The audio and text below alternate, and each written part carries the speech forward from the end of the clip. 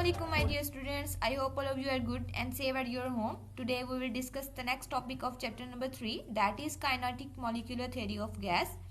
Bismillahirrahmanirrahim. Let's start our topic. Okay, today's topic is the kinetic molecular theory of gas, so we have to study. तो हमने behaviour of gases के बारे में पहले भी study किया, boys law, Charles law, Avogadro's law, Graham law, बहुत सारे लॉ हमने स्टडी किए। तो उन लॉ से आप देख सकते हैं कि गैस किस तरह से बिहेव करती है, टेम्परेचर इंक्रीज करने से, प्रेशर से, वॉल्यूम से क्या इफेक्ट होता है। तो जिन स्टूडेंट्स को ये टॉपिक नहीं आते तो मेरी प्रीवियस वीडियोस जो है वो देख सकते हैं ताकि आपकी बेस जो है वो क्लियर हो जाए। आज जो टॉपिक है वो हमने काइनेटिक मॉलिक्यूलर थ्योरी किसने प्रेजेंट की थी, तो जो बर्नौली है उसने 1738 में kinetic molecular theory of gas present की। इसके बाद बर्नौली के बाद क्लॉजियस आता है। क्लॉजियस ने क्या किया कि इसमें से काइनेटिक इक्वेशन में से सारे लॉज को ड्राइव किया। सारे लॉज कौन से होंगे? Boyle's law, Charles law and Avogadro's law. इन तीन लॉ को क्लॉजियस ने kinetic molecular theory of gas से ड्राइव किया। इसके बाद मैक्सवेल एक और साइंटिस्ट आया, उसने इस थ्योरी को और एक्सटेंड किया और इसने law of distribution of velocity दिया। ठीक है, अब हमने तीन साइंटिस्ट स्टडी कर लिए। नेक्स्ट अनदर साइंटिस्ट, अब ये हम पहले डिस्ट्रीब्यूशन ऑफ वेलोसिटी देख लें। वो ये कहता है कि according to this law molecule are in the form of group having definite velocity range. कहता है कि मॉलिक्यूल जो होते हैं वो ग्रुप की फॉर्म में होते हैं। हमें पता है कि मॉलिक्यूल तभी बनता है जबकि उस ग्रुप होता है और उनकी डेफिनेट वेलोसिटी होती है, एक खास स्पीड होती है जिससे वो मूव कर रहे होते हैं। इसके बाद नेक्स्ट आता है हमारे पास बोल्ट्जमैन। बोल्ट्जमैन ने डिफरेंट एनर्जीज बताई कि कौन से गैस मॉलिक्यूल के पास कितनी एनर्जी होगी, क्योंकि हमें पता है जितनी काइनेटिक एनर्जी ज़्यादा होगी उतनी ही उनके दरमियान में मूवमेंट जो है वो ज़्यादा होगी। और इनमें से सबसे प्रोमिनेंट नेम जो है वो है वॉन डेर वाल का, जो इस फील्ड में प्रोमिनेंट साइंटिस्ट कंसिडर किया जाता है। तो यहाँ पे हमने काइनेटिक मॉलिक्यूलर थ्योरी में इंट्रोडक्शन में साइंटिस्ट का वर्क देखना है। ठीक है, एग्जाम में जो क्वेश्चन आएगा वो आएगा fundamental postulates of this kinetic molecular theory, यानी कि फंडामेंटल पोस्टुलेट जो नेक्स्ट टॉपिक आएगा वो हमारा मेन यहाँ से क्वेश्चन बनता है, यहाँ से एमसीक्यूज बनने के चांसेस होते हैं। तो पहले हमने स्टडी किया बर्नौली। बर्नौली ने क्या कहा था? मॉलिक्यूलर थ्योरी ऑफ गैस दिया था। Next Clausius. क्लॉजियस ने हमें काइनेटिक इक्वेशन से फर्दर लॉ डिराइव किए थे। ठीक है, नेक्स्ट मैक्सवेल था जिसने law of distribution of velocity दिया और बोल्ट्जमैन ने डिस्ट्रीब्यूशन ऑफ एनर्जी दिया। और वॉन डेर वाल का जो वर्क है वो हम आगे देखेंगे किस तरह से ये करेक्शन करता है, क्या ये करता है। तो सबसे पहले हमने पोस्टुलेट है, ये हमने अच्छे से याद करने हैं, तो हम पोस्टुलेट देख लेते हैं। टोटल इस थ्योरी के हमारे पास 7 पोस्टुलेट हैं। तो वेरी फर्स्ट पोस्टुलेट देखें, every gas molecule consist of large number of very small particle called molecule. हमें पता है कि गैस जो है वो मोस्टली मॉलिक्यूल की फॉर्म में एग्जिस्ट करती है और जिसके अंदर एक एटम होगा वो 1 एटम पे मॉलिक्यूल से जो है वो बना होगा, और जिसके अंदर 2 होंगे वो डायटोमिक होगा, ट्राइएटोमिक, इस तरह सो ऑन जो है हमारे पास चलेंगे। जो हीलियम, नियॉन, आर्गोन, क्रिप्टॉन है, ये मोनोएटॉमिक मॉलिक्यूल कंसिडर किए जाते हैं। ये हमारे पास फर्स्ट पोस्टुलेट था। अब हम चलते हैं अपने नेक्स्ट पोस्टुलेट की तरफ। वो कहते हैं कि molecule of the gas move haphazardly. अब हैप्पैज़र्डली क्या होता है? रैंडम। यहाँ पे आपने नोट डाउन कर लेना है रैंडम। रैंडम को बोलते हैं हैप्पैज़र्ड। इसमें मॉलिक्यूल क्या करते हैं? आपस में भी कोलाइड करते हैं। जैसे ये एक मॉलिक्यूल आया, यहाँ पे अगला मॉलिक्यूल होगा वो उसके साथ कोलाइड करेगा। अगर हम इसे इस तरह कंटेनर के अंदर डाल देते हैं तो ये वॉल के साथ भी स्ट्राइक करेगा।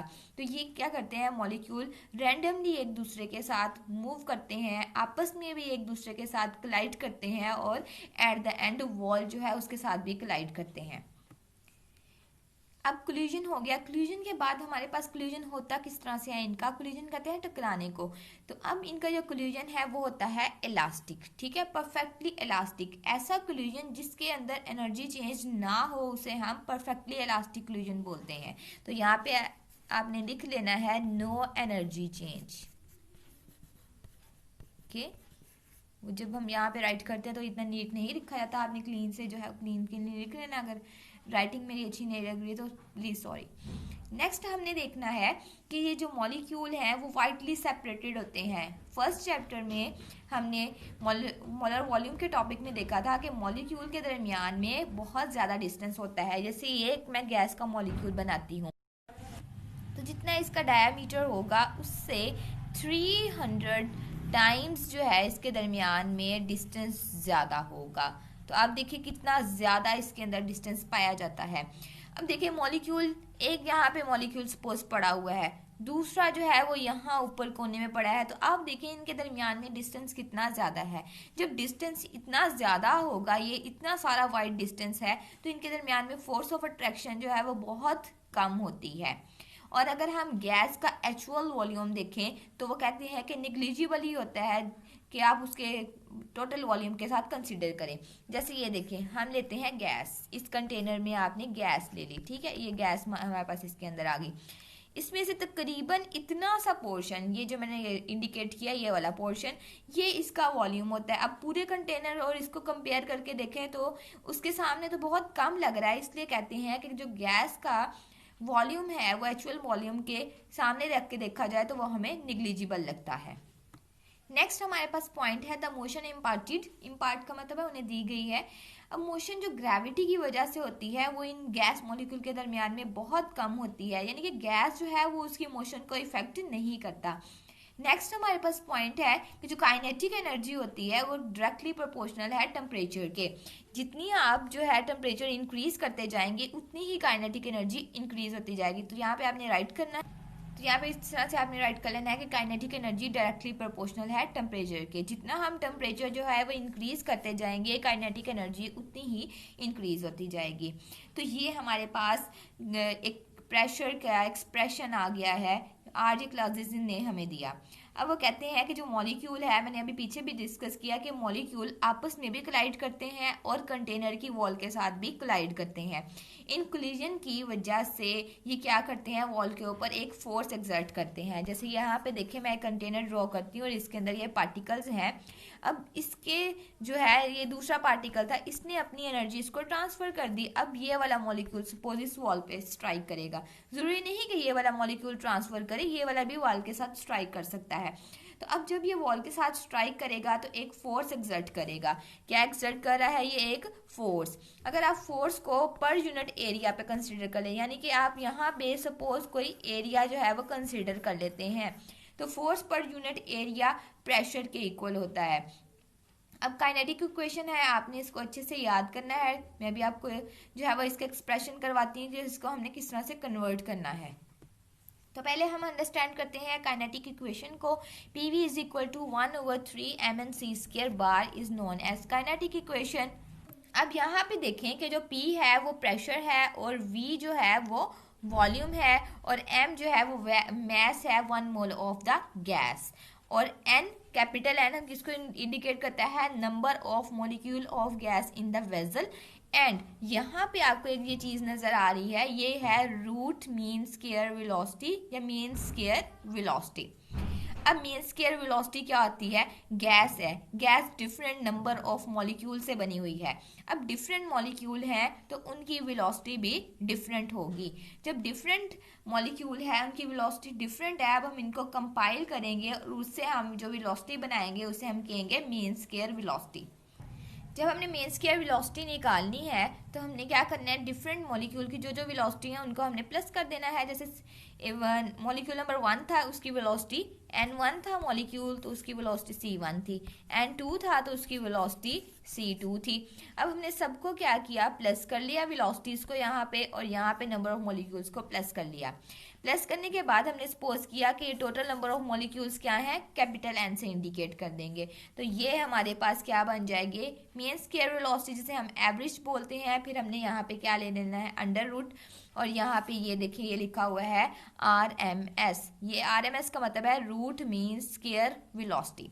हम इस तरह से निकाल लेंगे। अब यहाँ पे देखें नीचे कि CRMS is equal to 3RT/m। ये किस तरह से आया, समटाइम ये एक्सप्रेशन जो है एग्जाम में पूछ भी लिया जाता है, तो मैं अभी आपको इसकी डेरिवेशन करवा देती हूँ। आपने साथ साथ जो है इस डेरिवेशन को नोट करना है, और इसी बुक में यहाँ पे आपको स्पेस नज़र आ रही है, यही वाली स्पेस जो है यहाँ पे आप नोट कर लें, ये वाला एरिया नज़र आ रहा है यहाँ पे आपने नोट करना है ताकि आपको ईजी रहे जब आप दोबारा इसे पढ़ें।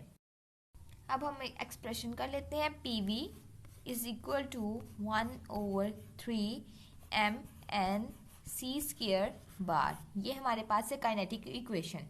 इसमें हमने सपोज कर लेना है n is equal to N A, यानी कि एन ए क्या है, एवोगैड्रोस नंबर है, हमने उसको सपोज इक्वल कर लिया।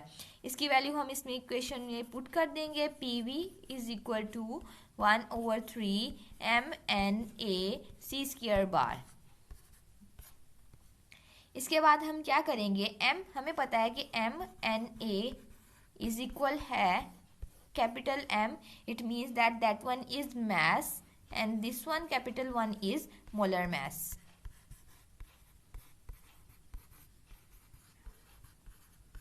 अब हम इसमें वैल्यू पुट कर सकते हैं, इसकी जगह पे हम इसकी जगह पे वैल्यू पुट कर देंगे, PV is equal to 1/3 mc² bar. ये वैल्यू पुट कर दी। अब हमें पता है कि PV is equal to nRT, इतना तो हमें पता है। अगर हम सपोज कर ले n इज इक्वल टू 1, तो हम PV की जगह पे क्या पुट कर सकते हैं, RT। RT is equal to 1/3 mc² bar. और अगर हमने यहाँ से c² बार साइड पे करना हो तो यहाँ पे क्या करेंगे, 3² बार, इस 3 को इस तरफ जाके मल्टीप्लाई कर देंगे, 3RT, क्योंकि अब इधर m रह जाएगा तो हम इसे इक्वेशन को डिवाइड कर देंगे m के साथ। अब हमारे पास इक्वेशन बन गई c² bar is equal to 3RT/m। अब हम दोनों साइड्स पे क्या ले लेंगे, अंडर रूट, यहाँ पे भी अंडर रूट। अब हमने पढ़ा था इस पूरे फैक्टर को हम क्या करते हैं, CRMS, ठीक है। ये हमारे पास क्या आ गया, रूट मीन स्क्वायर वेलोसिटी, तो हम इसकी जगह पे पुट कर देंगे CRMS, root mean square velocity is equal to 3RT/m, और इसको हमने अंडर रूट कर दिया। तो यही हमारा आज का टॉपिक था, ये हमने आज कंप्लीट कर दिया। अगर आपको मेरा लेक्चर अच्छा लगा हो, समझ में आ गया हो, तो please like and subscribe my channel. Thank you so much for watching my video. Take care. Allah Hafiz.